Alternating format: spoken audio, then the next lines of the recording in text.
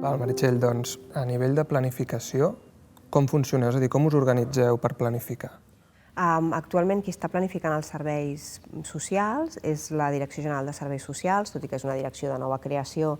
El que fem és assumir la part de planificació que ja feia el departament anteriorment amb una subdirecció, i nosaltres ara estem planificant, fins ara hem planificat serveis socials secundària, l'especialitzada, el que és la institucionalització, residències, centres de dia, etc. I el canvi que volem introduir és en fer una planificació de tot el sistema. És a dir, quines són les vostres prioritats? Nosaltres tenim com a prioritats digitalitzar el sistema, tot i que al costat de digitalitzar-lo necessitem també desburocratitzar-lo. Quan introduïm digitalització o transformació digital o transformació tecnològica, el que necessitem són adoptar eines que facilitin la intervenció de les professionals.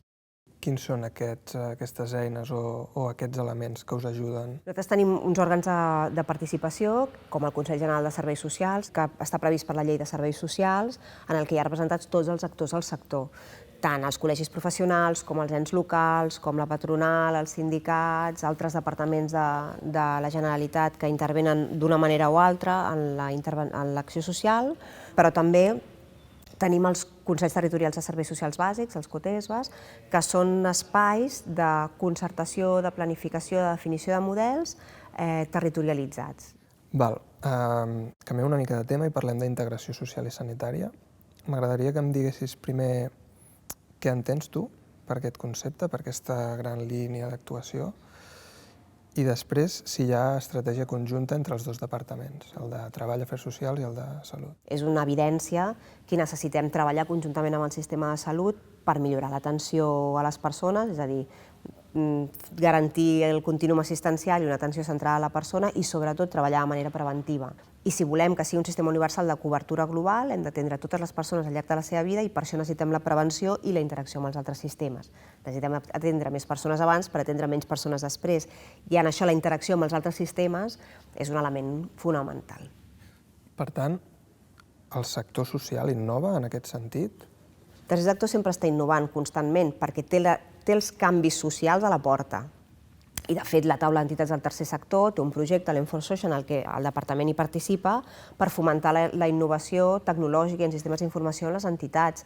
Hi ha la Fundació i-Social, que és una fundació també creada per fomentar precisament la innovació tecnològica en sistemes d'informació en el tercer sector. Fent també un parèntesi, una de les coses que potser cal fer més esforços és en comunicar la necessitat i aquesta universalitat, no? Sí, i és una qüestió en la que insisteixo molt des que es va crear la Direcció General de Serveis Socials, i és en la necessitat que tenim, no com a Direcció General només, sinó com a Sistema Català de Serveis Socials, de comunicar. Perquè només si som capaços d'explicar què fa el sistema i què passa quan no hi és, serem capaços que tota la societat se senti interpel·lada per utilitzar aquest sistema. I, per tant, ens interpel·li a les administracions públiques a destinar tots els esforços que requereixen. Què ho fa que existeixi una mica aquesta bretxa o escletxa digital, no? Clar, de fet és que hi ha un tipus de tecnologia a la que tothom accedeix, però després hi ha les grans solucions tecnològiques a les que no tothom hi té accés.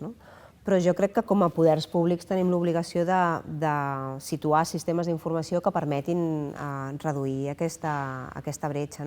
Creus que es treballa poc la comunitat? És a dir, treballem potser sí molt en un àmbit més institucional, més d'organitzacions, però al final treballar en els problemes reals del dia a dia de la gent, això creus que es fa poc, s'hauria de fer més? Qui ho hauria? Quan dius es fa, quin és el subjecte d'aquesta frase? Hi ha persones que diuen que es treballa molt en l'àmbit de les idees, però que el treball de trinxera s'ha deixat com una mica de banda. Del sistema de serveis socials, vols dir? Gent que s'ha dedicat a... No puc estar d'acord amb aquesta afirmació, al contrari. i només has d'anar amb un equip bàsic d'atenció primària per comprovar que la trinxera està viva i la realitat la interpel·la. La trinxera hi és i fa molta feina. El que passa és que és una trinxera que té una burocratització excessiva, que no té sistemes d'informació o un procés de digitalització que permeti que descarregui pràctica burocràtica o feina sense valor per poder fer la intervenció que realment requereix, i en aquest procés, precisament, és en el que nosaltres enfoquem el Pla Estratègic de Serveis Socials, la necessitat de reforçar l'atenció primària perquè es pugui fer atenció comunitària i es pugui treballar de manera preventiva, amb aquesta idea d'atendre més persones abans per atendre menys persones després. Aquesta pregunta anterior també te l'he proposat perquè nosaltres sovint parlem molt de posar la persona al centre, d'apoderar-la, però realment ho estem fent o és només una declaració d'intencions i encara falta per arribar a aquest punt de realment apoderar i posar la persona al centre? Posar la persona al centre o l'atenció central a la persona es produeix en molts serveis i en molts espais al sistema. I torno a repetir, amb el Pla Estratègic de Serveis Socials, la proposta que estem treballant i que segurament presentarem va en aquest sentit, és a dir, aconseguir que tinguem no només accions individuals, com seria la interacció amb altres sistemes, sinó que a nivell global, a nivell d'organització del sistema, estiguem preparades per fer atenció central a la persona.